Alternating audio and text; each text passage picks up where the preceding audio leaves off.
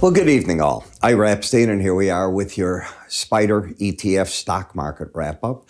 And with this wrap-up, we are coming to the end of leap year day, February 29th, 2024. You won't see me saying this for 4 years. I hope I'm here in 4 years. I like doing this. Interesting day. We had the PCE index today, and if you looked at it, the big surprises weren't so much the numbers in terms of how much inflation. It was income went up 1%, but when you dove into it, you had an understanding. Dividend income was huge. It accounted for almost 0.3%, and some wage increases the beginning of the year. So there's that beginning of the year impact. The other surprise was consumption was down. So as the consumer spent out, did they just pull back after Christmas? One report doesn't tell you all that much. The reaction of the Fed members that spoke today, muted. They didn't get carried away that it was a little hotter number. They expected that from the CPI, PPI numbers, and that fit in well with what they've seen. But I think they're unanimous that what they're looking for is labor to weaken a bit. Now, we did see the unemployment, or let's call them, I said that wrong, the jobless claims, not unemployment, jobless claims go up both on a weekly and a continuing basis, but nothing out of the ordinary. So you get a week up, you get a week down. That's been pretty much the pattern that we're in at this point. As for the markets themselves, I'm getting more trades out of SPDR ETFs and stocks than I am in the futures markets, which are just sort of like that, except for the stock indices, but they've gotten very overbought. So where are we in some of the action here? Well, let's go to it. Number one, Baidu further break off of the terrible performance that it saw in earnings. And, you're getting really mixed bag in earnings. We're at the end of the earnings season. You're going to get now some of the retailers coming out, but boom, right on down here. That wasn't very good. And obviously this chart got basically destroyed with this action. So now it's just a question of people that had been long getting taken out of the market. The market faltered right at the 100-day moving average of closes, didn't even stop at the 18, so it's probably going to be looking for the Bollinger Band, and you're right in that zone already. So maybe a little further down, but I think you're at the point where the market's going to, between these lows and the Bollinger Band, find some footing for itself. In terms of momentum, you're oversold. So that adds to my story. That's not a reason to be long. I think the longs got really hurt here. As for Lyft, well, Lyft, I was hoping it would make its way to the 18-day average. It still could, but it did close higher today. And if it closes higher again tomorrow, that probably means it's not going to do that. Then you're stuck with that pattern of higher high, a low that's lower, and a market trying to fight to stay over that and see what it's going to do.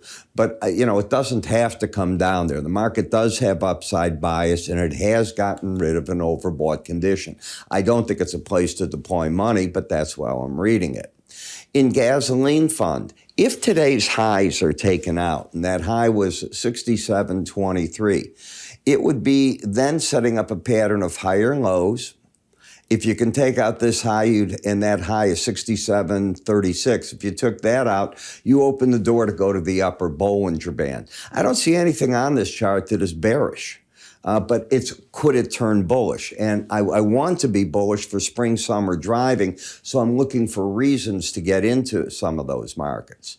In the financial services, as long as you keep the embedded reading, challenges of the upper Bollinger Band are likely, and the pros will probably be buying on the breaks. Although today you made another move back into these highs, and you ended up closing marginally lower on the day. So a little bit of a falter that's coming in there.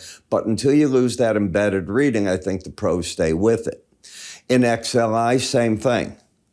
Could go to that upper band, but I let the momentum dictate what it's going to do. Now, AMC's earnings got hurt, but remember what I have said, all right? The good movie season begins now, and it should continue into the summer. They've had nothing but basically flops for January and February, all right? The hope is that June will do better. Now, we'll know Sunday night, Monday, how good it's done. And if you hear that it didn't do well, then you could open the door for the 378 level. Otherwise, coming back to the 515 levels, definitely something that could happen too. But you're playing on how that movie does. So I'm giving you what I expect. In the consumer discretionary, you're still running the upper Bollinger Band, which is bullish, all right? I'm not saying that I ever tell a trader to buy a band. I don't.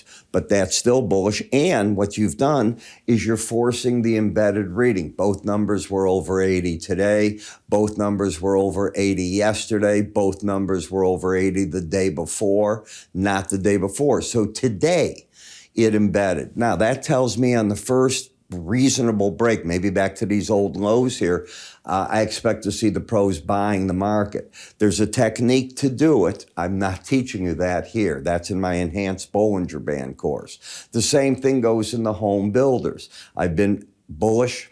I realize we've had home sales and so on that have been disappointing. You still have the spring, summer season right in front of you. And we did see a pullback off the PCE on interest rates. Now, it hasn't translated to mortgages yet, but if it does come in and translate to that, that will help this. In the meantime, what's going on with the home builders is they're buying down the mortgage. In other words, they put a certain amount that they can get the rate down. And it comes out of their margin, though, in order to do that. When you look at the energy sector, I just see this as a mixed bag. I was so disappointed today, with the Israeli Hamas thing, because who knows what that does to energy prices. I mean, I can't imagine that, anyone that with a ship, they want to put it into the Red Sea. You can, but with the Houthis just saying they have all these new weapons and they can't wait to try them out, you put your ship there. I wouldn't put mine. When you look at the gold market, well, the upper Bollinger Band should be your resistance. And you got to 189.92, about 10 cents away from it. So you're in it, you're overbought. I like the trend. I think it's more up than down. I think the market had been counting, I don't know what on that today, but something where they think a headwind's disappearing. Maybe it's interest rates. I don't know. But I do see the resistance right where you're at. The silver market, futures are trying to come out to the upside for a short run. I don't know if you can do that yet here. You don't have a trend to work with as I see it. In the copper market, you got far enough down yesterday where the market should be looking for support. And as I've said, to me, what the market's going to look for in this market and in oil is if China is going to do anything to stimulate their economy. They had told us a couple of months back that they would in the month of March. We'll see what their financial plan calls for. Is it going to be a disappointment, or are they going to do something that surprises the market? Then the easiest way in the market you look for are copper and oil to be the winners off of that. In the bond market, higher lows. You're over the 18-day average. So until you get back under 71.91, I'm thinking this market could have upward legs trying to get up here into the 72.70 area. Wouldn't surprise me at all.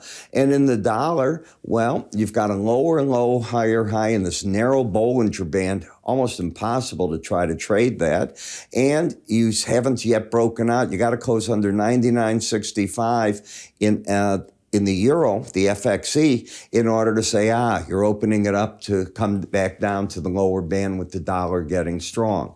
You're on a cusp of trades there, but you're not quite there yet. But there was a lot of action. If you're a follower of what I do in my SPDR ETFs, you have had one busy week. The Rex that I put out this morning got filled, and we went home looking good. We'll see what's going on in those. I've been waiting on a couple of stocks. I don't know if they'll have legs to it or not, but I got what I wanted certainly out of one, and we'll see. And that's about all that you can say with it. Now, if you haven't tried any of the different services I have, there's so much. All you need to do is go to IraEpstein.com, free offers on the top left.